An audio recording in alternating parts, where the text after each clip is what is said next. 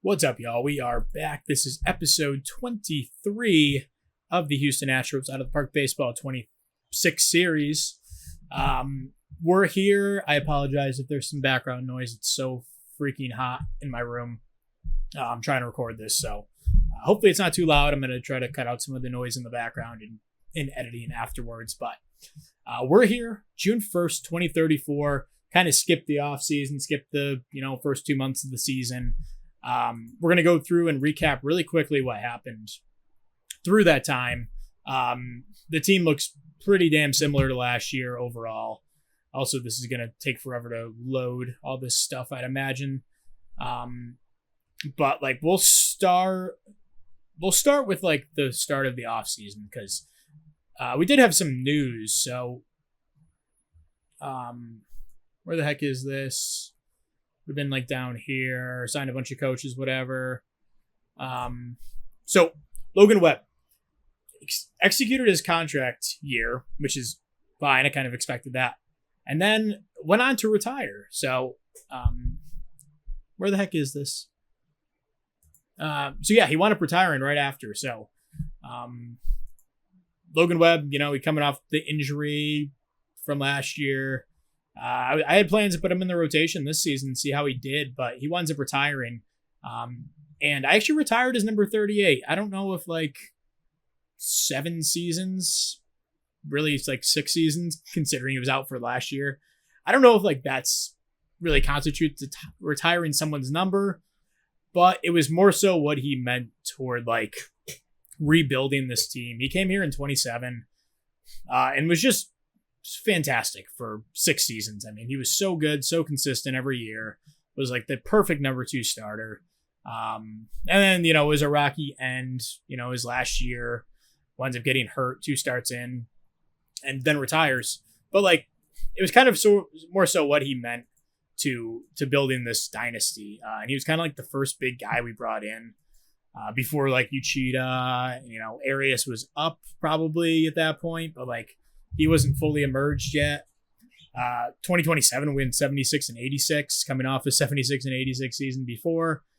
So that was his first year here. And then all of a sudden we broke out and we became a dynasty almost immediately after, him kind of getting here and bringing some other guys in. So it really was just, it's a video game. It doesn't really matter. But I went and retired as number 38. I wrote a nice little piece on him. Houston Astro from 27 to 33, integral part of ushering in a new era of winning in Houston, played a major role in the 4 between 2029 and 2032, even though he didn't really pitch last season when we, Did I get that right? I think I got the years wrong. It should have been 33, but whatever. Doesn't matter that much. His number's retired. No one will ever wear 38 again. That was the first big news of the offseason. Uchida wound up opting in, which is a little surprising to me. I thought he could have explored going out in the open market and seeing what he can get, but he winds up coming back, $45 million 1 year. Kind of works out perfectly for us. If he pitches well, we can extend him. If he doesn't, it was kind of whatever, it's 1 year. It sucks to pay him $45 million, but, it's fine. He's made 11 starts this year, and it really hasn't declined at all. The strikeouts are down a little bit. He's down from 9 to 8. But the FIP's still really good. Doesn't give up any home runs. Kind of what we expect out of Uchida. So, not to skip ahead to current day, but he's been really good this season. Then going to other things that happened. We signed a bunch of players. We wound up giving. Now we extended Bustamante last year, I think, right? Or was that this year? I don't know. Oh, yeah, we signed Kirkering. 3-year deal. I really didn't want to go that much with him. But it's 3 years, 20 mil per. It's a lot to give up or a lot to spend on a 33-year-old closer who's declining, but still one of the best closers in baseball. His strikeout rate's down this year, but, he's been fine. So we extended him. Gold Gloves. We got True Romo again. Rainer Arias in right field. And then reliever of the year, Kirkering finished second. Silver Sluggers, we had Jackson Merrill out in center, and that was our only Silver Slugger. We did not win Manager of the Year for the first time in a long time. Uchida wound up winning Cy Young unanimously. It was a really good year for him. He only made 30 starts. I was unsure if he would actually wind up winning the award, but I guess the starters are pretty weak last season. Caden Tana, who LA was desperate to trade at one point, now moved to the Cincinnati Reds, but he finishes second. Jamel Spencer, really good pitcher for Toronto. Paul Chacon down here. So, I mean, there's some good pitchers, but Uchida definitely the best of the bunch. And then MVP, Andy Devora, once again. I mean, just insane stuff out of him. Jackson Merrill finished third. We had Rainer Arias down the ballot, Uchida down the ballot a little bit. Starlin Caba got some MVP votes, which was awesome to see. Now we had a lot of success in the development lab. I mean, we didn't make any free agent signings, I don't think. There really wasn't much to talk about, but Bustamante's control was outstanding. Could improved it a little bit, but it's definitely shown this season how much he's improved. He's been excellent to start the year. Raul Molina was outstanding in improving his discipline. He looks like a total stud, potentially. Ben Edens was really good in improving his pitch movement. He's looking like a stud down in AAA this season so far. Marco Martinez may be the biggest riser in my mind. He improved his bat speed. Yeah, so he improved his power. I mean, he just looks insane. I can't believe he's number 31 in baseball. I mean, that's just wild. He crushed AA. I just called him up to AAA. Nessie Rosales improved his plate discipline. He's off to an amazing start, batting .329 at 155 WRC+. Rodrigo Luna was successful as improving his control. He's been incredible. I mean, it's just everything kind of went well. After last offseason, nothing really went well in the lab, and this year was much better. And Juan Ramirez improved his plate discipline. Theoretically improved his eye. I didn't really see much, but that was everything. Bobby Scoresberg improved his defense. He actually looks like a competent third baseman now, which is cool to see. He's up in the majors. He's out of options. So that was that. In international free agency, we wound up signing one guy, Chris Villarreal. Looked really good. High baseball IQ, high leader. Off to a pretty good start in the Dominican League as a 16-year-old. So that's been a good pickup. Ivan Peralta is still a top 20 prospect, although our scout has kind of soured on him. Off to a really rough start in the Dominican League. Still got Kevin Briggs. He actually got a taste of the major leagues. He played 8 games. Didn't do too much, but he's been playing pretty well in AAA. Marco Martinez talked about him. Rick Martino, he's in AAA. He has a strained shoulder. Hopefully he can return soon because he's on the right track to making it to the majors this year. Eduardo Padilla, I kept him in high A to start the year. He crushed it. He just got called up to AA. I mean, the farm system in great shape, second in baseball. We just continue to churn out guys. Travis Minich, 13th round pick in 2029. Biggest surprise this year. Made 8 starts in AAA, and he's been incredible. In 16 starts, 26 appearances last year, and 107 innings. He was awesome in AAA as well. So I don't know if he's a starter long term, but definitely could be a good reliever for us. So really happy with that. Danny Castillo is a guy up in the majors. He's been playing really, really well. Kind of a guy who came out of nowhere. A minor league free agent signed in 2031. I don't even remember where I got him. So he was a 5th round pick by the Rays. They wound up doing one of those stupid things where they release him. At least it was 3 years later. I signed him to a minor league deal a little bit after, and it's been 3 years now of him in the minors. And yeah, he has played really well in the major leagues this year. So that's all that. We'll do a quick run through of the guys who are doing well, not so well. Rainer Arias off to a killer start. He was amazing in April. March, 9 games, 251 WRC plus. April 172, and even in May he's been excellent as well. So he's been our clear standout this season, bouncing back after an okay year last year, but not amazing. Nessie Rosales talked about him. He's been awesome. Danny Castillo has been great. And then it kind of falls off from there pretty quickly. Juan Ramirez has been pretty good, getting regular reps for the most part right now. Brian Melton's had a really nice bounce back season, playing some first base for us now. Much better than he was last year.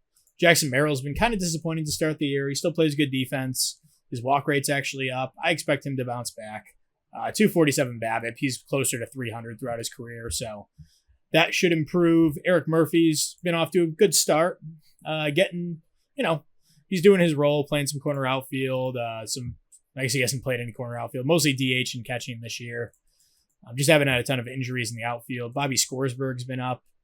He's been fine in part-time duty. Drew Romo just doing what he usually does, although it looks like his defense is taking a step back. We'll have to monitor that. Starling Cabo been solid enough. And then Wyatt Langford, it's been a rough start. It was much worse. March was brutal. April was brutal. So far in May has been a lot better. And he was kind of like a topic of conversation with myself this offseason. So just for reference, like James Wood was a free agent. I seriously had trades lined up to trade Langford and sign James Wood. I mean, looks pretty stupid in hindsight, but he was fragile.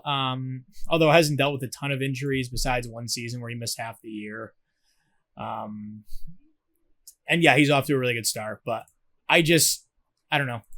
I just wanted to ride it out with Langford, and also James Wood 31. So he's not young, got a 5-year deal. So I'd rather ride it out with Langford for one more season.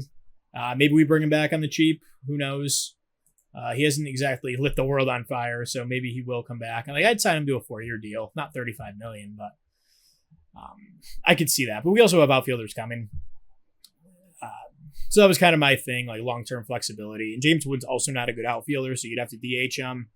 I mean, Juan Ramirez could easily just play left field and DH Wood, but I don't know. I just felt like sticking with you guys for one more year. And then Josh Leno has definitely struggled to start the year.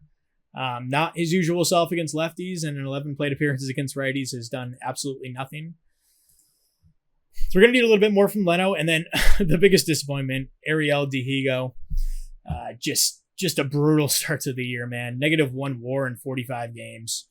The BABIP is brutally bad. I expect him to get closer to league average as the year goes on, but it's, there's been no way around it. He's been awful this season so far, and getting tough to trot him out there every day. You should have Bobby Scoresberg playing every third or every fourth game. We should have kicked that up to every third.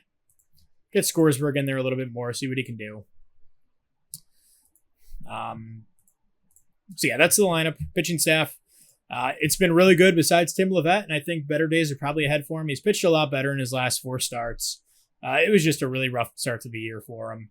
I think he'll be fine long-term, but he's been the weakest link. All the other guys have just been incredible. Bustamante, Uchida, Jimmy Rader has been awesome. I haven't even mentioned him yet.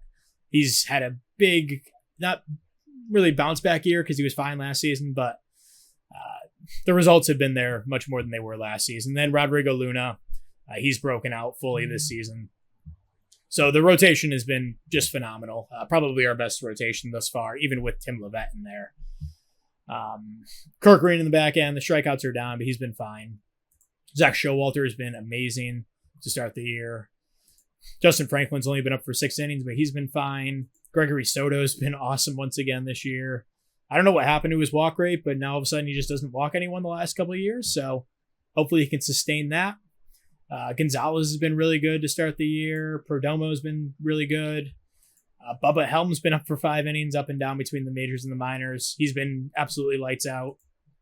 And Carlos Cruco, a guy with out of options, made 1 start, but mostly out of the bullpen. He's been just fine. And, he'll probably wind up sticking on this roster. You see Danny Macarola's not here.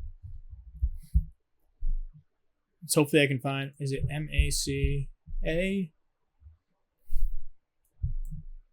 See if I can find him. Danny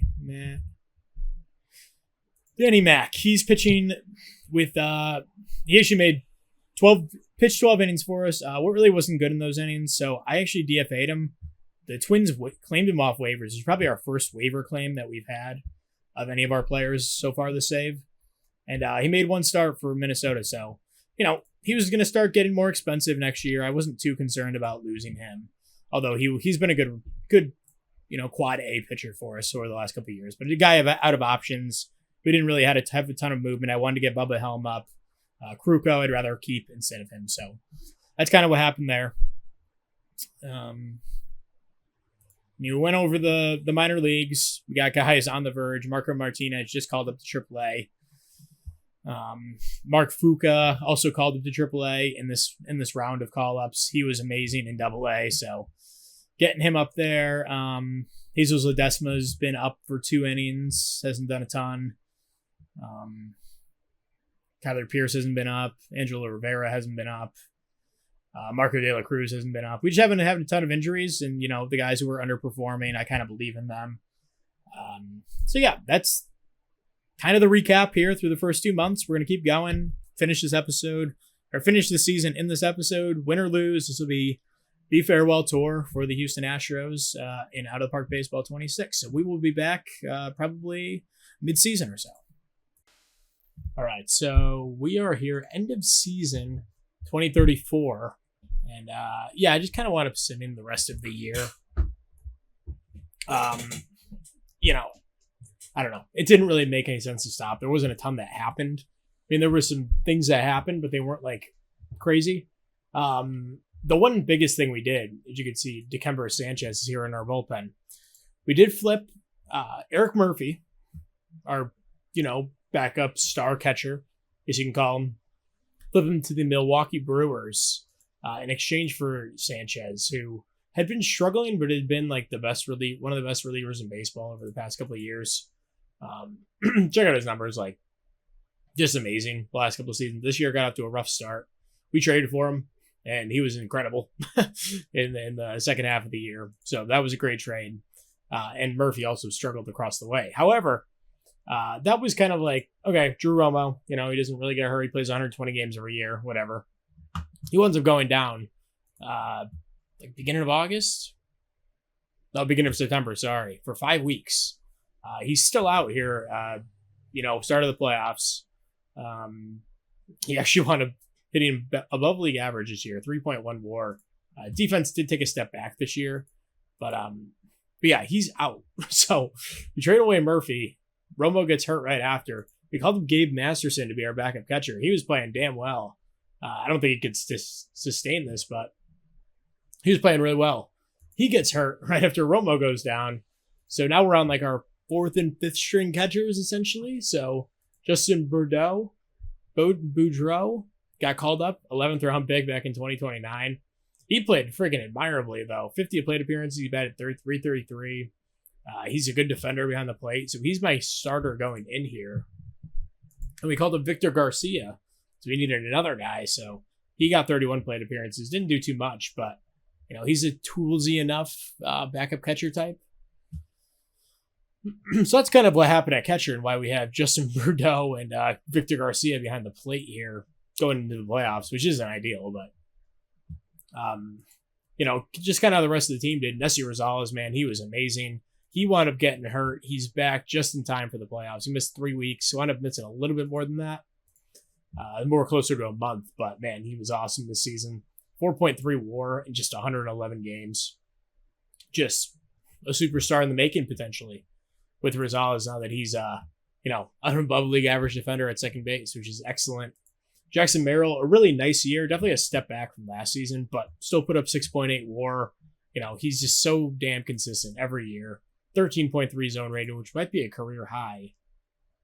Actually, in 2030, he was slightly higher. But still a really, really awesome year from Merrill. Rainer Arias took a huge step back after a hot start to the year. He winds up not even making an all-star team, which was kind of surprising. But a solid overall season from Arias. Pretty similar to last year, maybe a little bit better. Just really consistent. Great player. Yeah, he averaged 5 WAR a year, essentially, which is great, obviously. So, and he's still only 28, which is fantastic. Then Brian Melton, man, the big story this year, really struggled last season, and this year just totally broke out. 133 OPS plus. Only put up 1.4 WAR because I was playing him at first base. He was awful there and also awful in left field. But overall, the numbers offensively on the year were excellent. Huge bounce back from last season. Juan Ramirez had his ups and downs this year, but his numbers overall in the year look really good. Put up 3 WAR. He played a lot of DH this year, so his WAR wasn't crazy. But a low strikeout rate, decent enough walk rate, hit a bunch of home runs, drove in a bunch of runs. He was great in his first real full-time shot at the major league level. We jump into Eddie Santiago. He's an interesting player here. So 2033, he spent the whole year in AAA, absolutely demolished that level. Spent the whole year, basically this year, in AAA. And September call-ups happened, and I was like, all right, let's call him up. I think Starling Cabo went down for a little bit at the end of the year. And then obviously Rosales went down too. So we had a couple spots. So Santiago got one of those.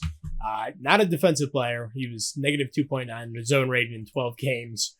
But the bat is kind of undeniable when you look at the numbers this year. And if you look at his numbers against righties, man, he's, the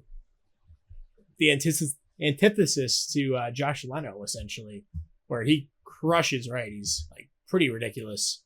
So he's probably a long-term, platoon first baseman option. I don't know if he can stick at second base, maybe if his defense improves a little bit, but overall, good stuff from Santiago. Danny Castillo, just a really, really solid season. His first taste of the majors this year, and might make a run at Rookie of the Year. I don't know what the kind of pool looks like this year, but 108 WRC plus, 1.5 WAR. A good defender over at second base. Want to play in a lot of corner outfield, shortstop, little third base. Really happy with Castillo this season. A lefty masher. And Kevin Briggs, man, what a month of September he had. Month of actually August and September. Actually, no, it was just September. Called him up when the month started. I don't know if I think it was right when the month started. Cabo went down with the injury. Called up Briggs and just kind of sent him right into the fire. Man, he was freaking awesome. 1 OPS, 184 WRC plus, 1.1 WAR just in that month. Briggs was awesome at the end of the season. He's actually earned his spot as the starting third baseman here in the playoffs over Tehigo, who did turn things on at the end of the year. He was better, but overall in the year, his numbers were pretty abysmal. June, July, August, he was actually quite good, but just could not recover from that awful start. And September was brutal too. So Tehigo on the bench here to start the playoffs. And then it took us a while to get to Wyatt Langford, but that's kind of where he is at this point. Wound up playing pretty much the full season. Drove in 110 runs, 24 home runs, good numbers on that end. But even with the BABIP higher, he just was not able to do much this year. And I think, he's just starting to regress a little bit. It's probably close to the end. I don't know. He's a free agent at the end of the year, and he wants big money. I had to go commissioner mode. I couldn't put Burdell or Garcia on my playoff roster despite having both my catchers on the injured list. So I had to manually put them as eligible. Anyway, that's why I was in commissioner mode. But Langford, still good to the glove out in left field, but the bat's fallen off pretty significantly. So probably his last games here, but he's always been a good playoff guy, even if he struggles in the regular season. So we'll see.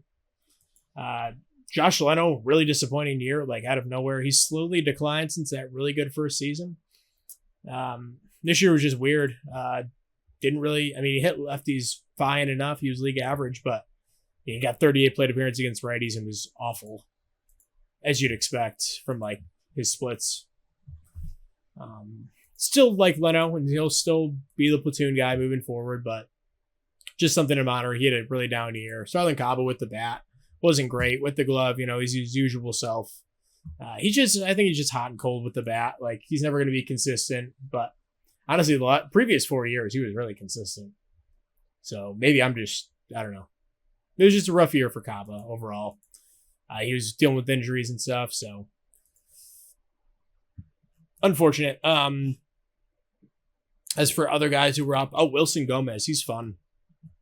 He went up at a 123 WRC plus and 88 plate appearances. He was getting a lot of playing time toward the end, just mixing him in, seeing what he had. And he's definitely an interesting player, a good, like, all-around toolsy guy who, isn't great at any one thing, but can be a nice, like, I don't know, 5th or 6th infielder type. Before I get too far, Marco Martinez, man, he crushed AA to start the year, called him up to AAA. He struggled at first and then really turned things on. He almost got a call up at the end of the year, but I decided to hold off on him.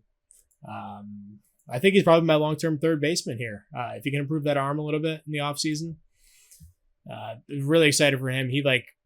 He's knocking on the door. Like, he'll be up probably opening day next year.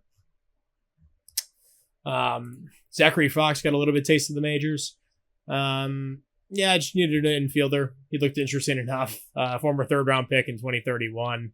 He kind of flew through the minors. He got a couple at bats.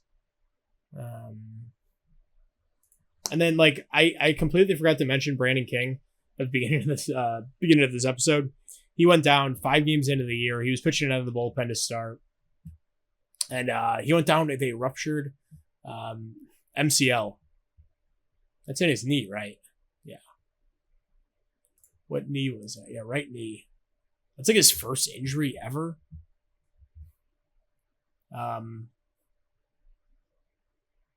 So yeah, right. I mean, knee injury for the pitcher, not devastating or anything. So, we'll see how he recovers, but we'll have him back next year. Pitching wise, Bustamante, he did deal with an injury. It was pretty brief. I think he went down for like a couple weeks, maybe a week or two. He had a great year though. 71 FIP minus. Awesome year. Probably going to compete for the Cy Young with Uchida, who very well could take it again. Led the league in WAR for he's pitched how many full seasons? 1, 2, 3, 4 full seasons in the majors. And he's led the league in WAR in all of them, looking for his 4th Cy Young. He finished like 3rd this year, where he only pitched 24 games. Probably was pretty close to the league in WAR, lead in WAR. But yeah, Uchida, man, just keeps doing it. He's amazing. Jimmy Rader fell off a little bit from a hot start. Didn't finish the strongest, but overall in the year, the numbers were fantastic. He was excellent. I don't like that he's fragile now. I don't know what happened with that, but great season from Rader. Luna definitely fell off as well, but he finished really strong toward the last month of the year. August was pretty brutal, but in September, 182 ERA. I'm almost tempted to start him over Jimmy Rader here. Rader was kind of rough down the stretch, not going to lie. I'm going to start Luna here in game 3. Then in the bullpen, Ryan Kerkering, a 10-13 record, a bad starter record. Also put up negative 0.9 R-WAR. I'm sure his win probability stuff was awful. I don't even know if I can look at that. Probably in one of the expanded. Yeah, he had 18 meltdowns, which is really, really bad. Also had 26 shutdowns, so wasn't horrible in that regard. But yeah, 18 meltdowns is worse since 2026 with Philadelphia. And he's never really gotten even close to double digits, really. Especially with us. He's been just locked down. This year was just brutal. He had a bunch of multi-run disaster outings.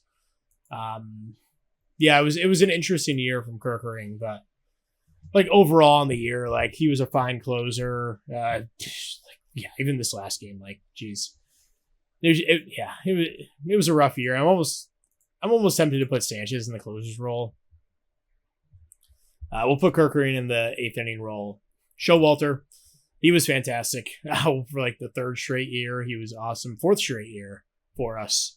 He's a free agent at the end of the year, so not looking for a crazy extension. We have a ton of money to blow. Holy crap!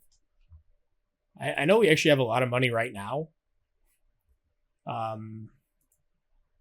Uchida's off the books. Langford's off the books. Perdomo, Showalter, Soto, those are lesser ones, but we got a ton of money to blow. Like, I think bringing back Showalter is a no-brainer. And also in this Sanchez deal, he's making a shit ton of money, but they ate 80% of it. So he's like making like $6 million a year or something. Ben Edens is a fun story. He wound up pitching 49 innings, made 7 starts, 2 relief appearances. It was a rough start, but honestly, like in the last couple outings, like these don't look like great stat lines or anything. But for a guy who's pretty underdeveloped, like he shoved in his last start, 8 innings, 1 run, 1 hit. Sorry. He was awesome. So he's actually going to have a spot in the bullpen to open up, I think. Gregory Soto, the results were awesome this year. He hit a lot more home runs than we're used to seeing. His FIP was by far his worst with us. But overall, like the results were good.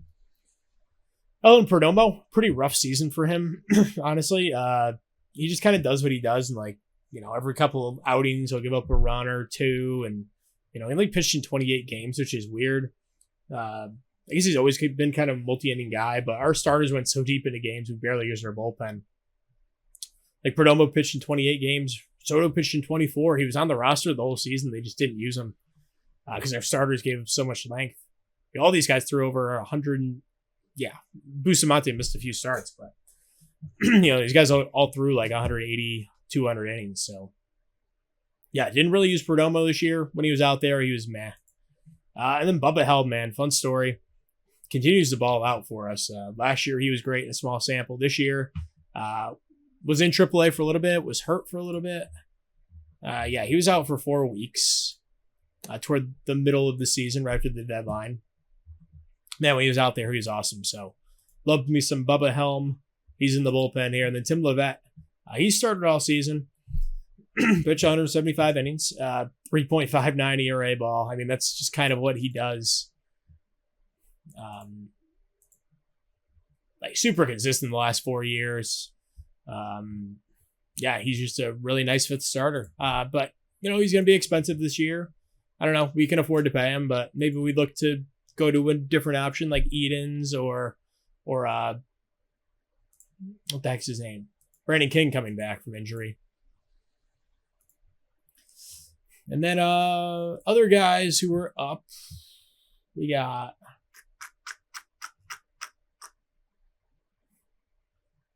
see, this is always weird. Let's go to a few of the pitchers here. Carlos Crujo. He was up for the whole season. 76 innings, made 4 starts for us. Really solid numbers. 3.54 ERA. Filled in perfectly for that. Danny Macarola role, essentially. Kyler Pierce, who's up in the majors at the end, didn't make an appearance, though. He's out of options. He'll probably be gone after the season. I guess it's everyone on our active roster. Marco De La Cruz made 1 appearance. He was awful. What did he give up?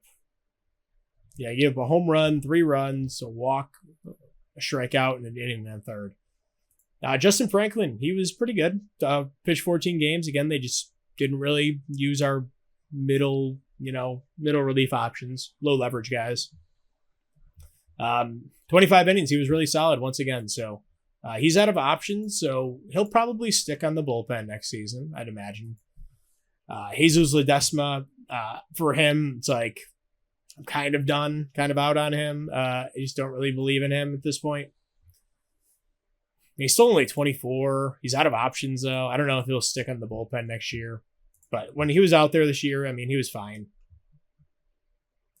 Aaron McConnell, he's a fun guy. We got him in a deal with Pittsburgh before the season. I forgot to mention we traded David Montez before opening day. Just didn't have a spot for him on the roster. I mean, like in hindsight, it would have been nice to have him catching, but whatever. He wound up playing 62 games for them, hit 1 homer. Wasn't very good, but we got this guy, Aaron McConnell, from them in the deal. And yeah, he pitched in 7 innings, was really good. Pitched really well in the minor leagues, or at least decent enough in the minor leagues where I'd believe in him long term. Travis Minich, unfortunately, went down with a torn flexor tendon. in his elbow, but he pitched 6 games, 13 innings, wasn't really good, gave up a lot of home runs, but, potential long-term piece if he comes back okay. Angelo Rivera, 25-year-old, honestly looks pretty decent now. He was balling in AAA, called him up for 4 innings, didn't give up a run. And that's about it for the recap, I think.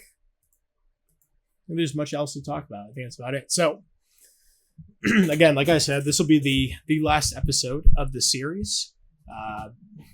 2034, we're 113-49, which is our best record in team history. We did 107 back in 2030. We've hit 106 a couple times, but 113 this year. Finished second in runs scored, first in runs against. Offense, wasn't amazing. It was really good. It was really good. We were first in batter war. Like, we were good offense. Defense was awesome once again. The pitching was incredible, especially the starters. Like, man, what a season from them.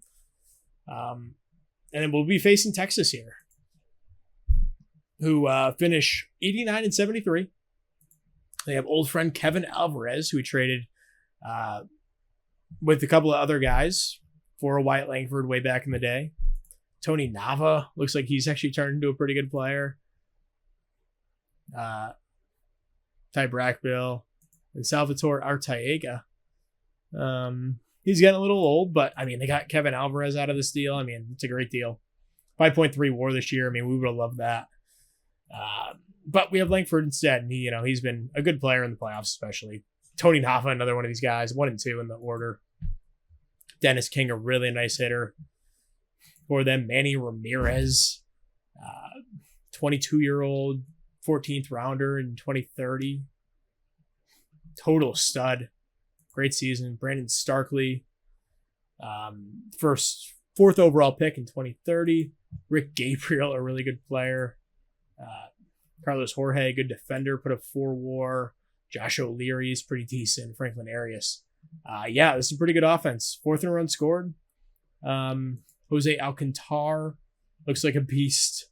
Melvin Rodriguez, Cole Kmetz, and Bill Fulwell. So the bottom of their, after their first guy, I'm not really too scared of any of these 3 pitchers.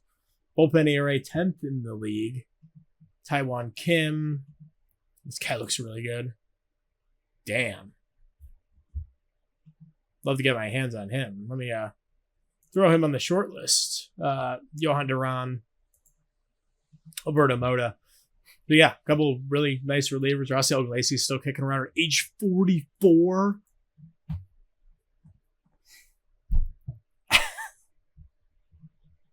He's not even that bad either. He was actually quite good. Holy shit. And he's actually pitched every season. Oh my goodness. I've never seen someone that old. At least this late into a save. Holy crap. So we got the apparently still functioning corpse of Raisel Iglesias there. But anyway, we'll have Bustamante here in game 1 in Houston against our Texas rivals. Let's do it.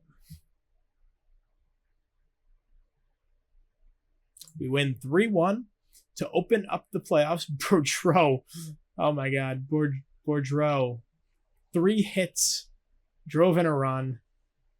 Merrill, a couple of hits. Rosales drove in a run.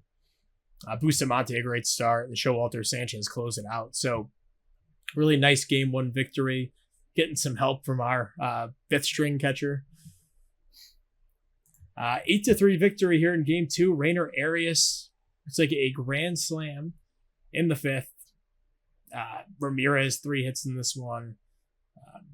Kevin Briggs, a big game as well. It's like Ramirez and Melton and Briggs hit 2 homers in this one. Love to see that. And Uchida, very good start. Soto comes in to close it out. So we're 1 game away from sweeping the ALDS. Rodrigo Luna, who's been red hot against Rodriguez here. We lose 4-2. Merrill 3 hits, Ramirez 2 hits. Nothing really going. Luna, pretty quality start. Kerkering gave up a run, unfortunately. So we'll have Mackenzie Gore, old friend, against Jimmy Rader here in game 4. We lose 5-4. Danny Castillo goes down.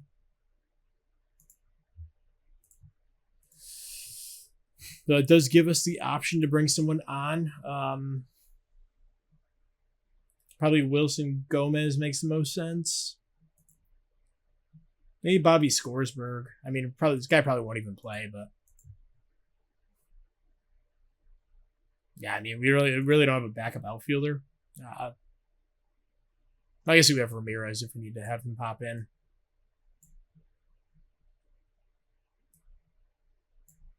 Then we can have I don't know, Dihigo backup shortstop if it comes to that. Let's hope it doesn't. Then we could have Dihigo play third.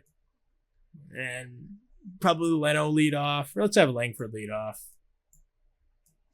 We do Leno, Briggs, Dihigo. All right. So we lose 5-4. Jimmy Rader gave 5 runs in 7 innings. Jeez. Castillo had a great game before he left. Briggs had a couple of hits. Another homer, it looks like. Castillo had a homer. Langford also had a homer in this one. At least hurting his former team. Looks like Kevin Alvarez and Tony Nava have really struggled for them. So here we go. Series on the line. And this video series on the line here.